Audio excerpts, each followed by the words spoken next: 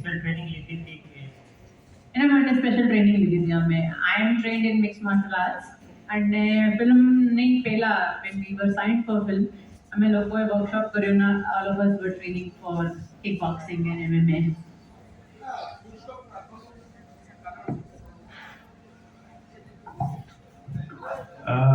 ફૂલ stop title પાછળ એવું હતું કે ભાઈ stop to all the crime, અને ફૂલ સ્ટોપ એવું છે કે ફૂલ સ્ટોપ લાગી જાય પછી એની આગળ કંઈ ના થાય.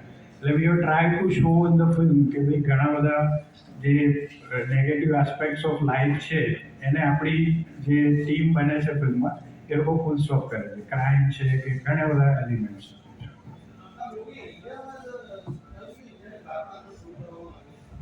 અમે 80 to 90% શૂટ ઇન્ડિયામાં કર્યું છે. થોડું ઘણું અમે જે સીન્સની રિક્વાયરમેન્ટ હતી તો યુરોપમાં કર્યું છે.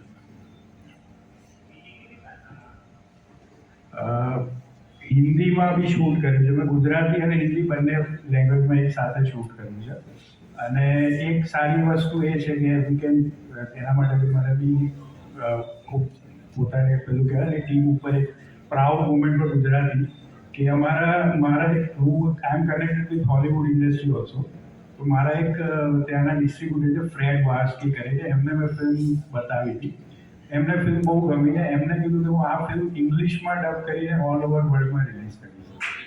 તો it's a good achievement for us કે ભાઈ આ ફિલ્મ જેવી ગુજરાતી રિલીઝ થશે પછી ઇંગ્લિશમાં ડબ થશે અને ઓલ ઓવર વર્લ્ડમાં as a English version be release થશે.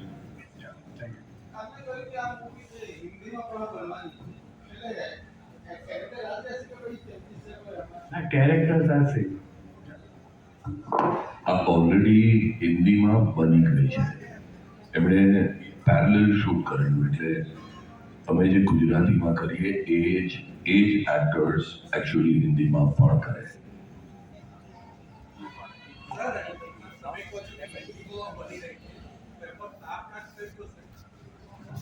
નહીં, હું ફરી એકવાર આ જ વાત કહું છું, આ ફિલ્મ તમે જે જોઈ, ફરી એકવાર હું કહી દઉં ને એટલે આપણે ક્લિયર થઈ જાય કે આ ફિલ્મ જે તમે ટ્રેલર જોયું એમાં જે લોકો ગુજરાતીમાં બોલ્યા છે એ જ વખતે બીજો એ જ સીન ફરી એકવાર ભજવ્યો હતો અમે હિન્દી ભાષામાં. એટલે એક સાથે બે ભાષાની એક ફિલ્મ તૈયાર થઈ ગઈ છે.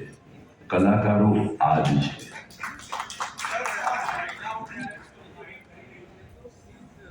માઇક આપો. શું કહેશો તમે? ચલો પાછું બોલો. જ્યારે મહિલાઓ ફાઇટ કરી રહી છે તો સ્ત્રી સશક્તિકરણ માટે શું મેસેજ જશે? આનો જવાબ હજી પણ આપવાનો છે. બાજુમાં માર્શલ આર્ટ એક્સપર્ટ બેઠી હોય અને આ ફિલ્મમાં જોયું કે માર કોણ ખાશે, તો આનાથી વધારે મહિલા સ્ત્રી શક્તિ શું હોઈ શકે? અને બીજી એક વાત, આ ફિલ્મમાં એની યુએસપી જે છે કે એક નેગેટિવ એક ક્રિમિનલને પકડવા માટે 3 સ્ત્રીઓ, મુખ્યત્વે 2 કે 3 છોકરાઓ સાથે મળી અને મિશન ઉપાડે છે. તો એ જ મહિલા સ્ત્રી શક્તિકરણનો દાખલો છે.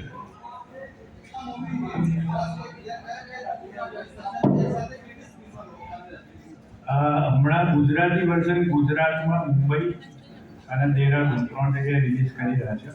પછી નેક્સ્ટ સાલમાં 8 કન્ટ્રીમાં રિલીઝ કરીએ. USA, UK, ઓસ્ટ્રેલિયા બધી જગ્યાએ રિલીઝ થઈ રહ્યું છે. એ રિલીઝ થઈ જાય પછી આપણે હિન્દી વર્ઝન રિલીઝ કરીએ. આ ફિલ્મની અંદર 2 સોંગ છે.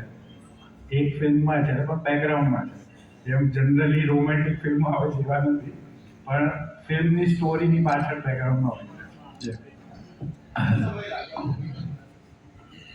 શૂટ અમે 2 સ્કેડ્યુલમાં કર્યું અને પોસ્ટ પ્રોડક્શન 6-8 મહિના જેવું ઓવરઓલ ટાઈમ લાગ્યો ફિલ્મ.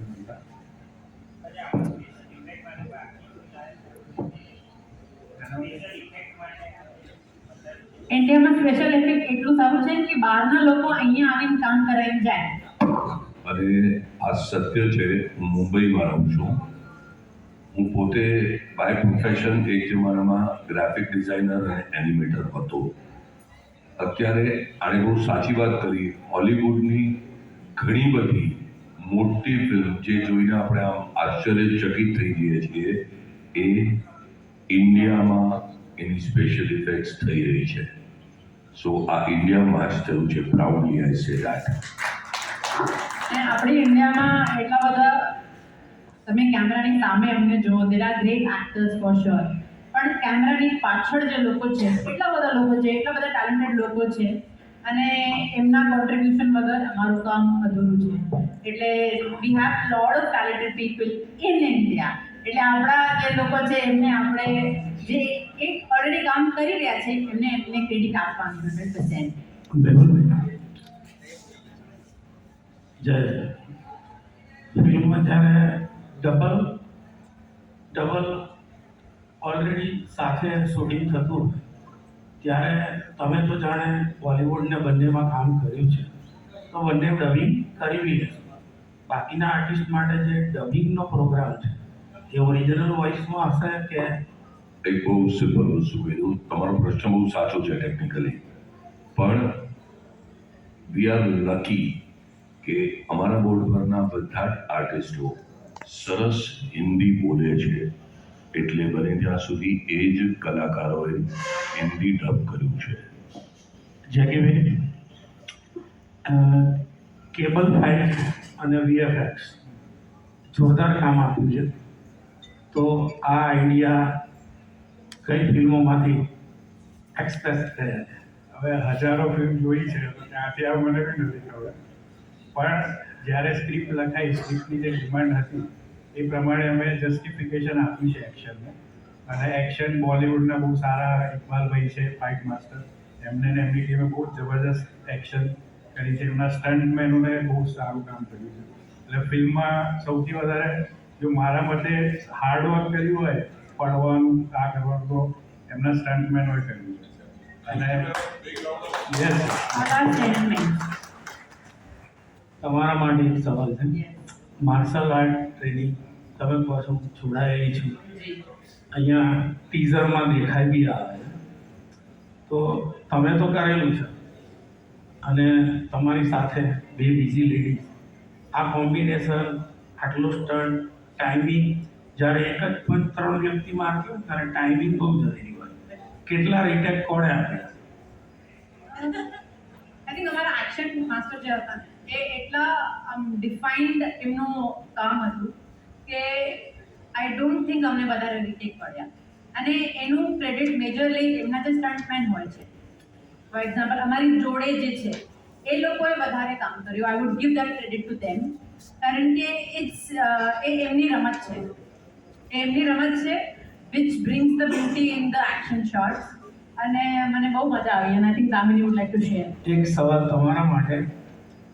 જ્યારે ફિલ્મોમાં આટલી બધી 3 હિરોઈન હોય, એક ઇન્સ્પેક્ટર, વિલન, અને તમારા 8 બરાબર એક વોઇસ મેહુલ બુદ્ધ છે, એટલે એ બધા જોડે જ્યારે ફ્રેમ શેર કરો ને ત્યારે કેવું લાગે છે? ડિપ્રેશન આવે કે વધુ તૈયારી સાથે જવું પડે એવું લાગે છે? Actually, I would love to say that Mehul sir was supportive, but and he never depressed or nervousness because he was very supportive. And this is my first Gujarati movie. I'm totally into Hindi television shows, and I did one Tamil project. So આ મારી પહેલી Gujarati movie છે. So એના પહેલા જે તમે question કર્યો હતો mixed martial arts, so I would love to say I was the last one to cast in the movie. Stuntman को तो मैं थैंक यू कहूँगी, but I really want to thank my co-actors Kajal Vashisht and Khushi Shah, because मेरी training कम हुई थी comparatively, but इन्होंने बहुत ऑन सेट मुझे सपोर्ट किया, बहुत मोटिवेट किया मुझे. सो वो बहुत पॉजिटिव एनवायरनमेंट था. लोग कहते हैं कि फीमेल एक्ट्रेसेस होती है तो ज़्यादा नहीं होता, एक दूसरे को सपोर्ट नहीं करते, बट यहाँ पे ऐसा बिल्कुल नहीं था. तो यहाँ पे एक्चुअल वुमन एम्पावरमेंट था. Thank you. मेहुल सर માટે I want to add one line कि जब आपके सामने विलेन होता है ना मोगैम्बो स्टाइल का, ओके, તે કામ કરવાની બહુ મજા આવે. અને એમને આટલું બધું વર્ક કર્યું છે ને તો એમનાથી અમને આટલું બધું શીખવા મળે just by watching him on set. એ સેટ ઉપર આવે ને એટલે આમ there is this aura about him and his voice just ખાલી इनको सुन लो आप, ये गाते भी बहुत अच्छा है, इनको अब सुन लो, તમને મજા આવી જાય સાચે. So it's a learning experience for everybody who's around. Facebook पर हर रोज एक नई शायरी उनकी होती है. हाँ बिल्कुल बिल्कुल. So yes, it's a learning experience.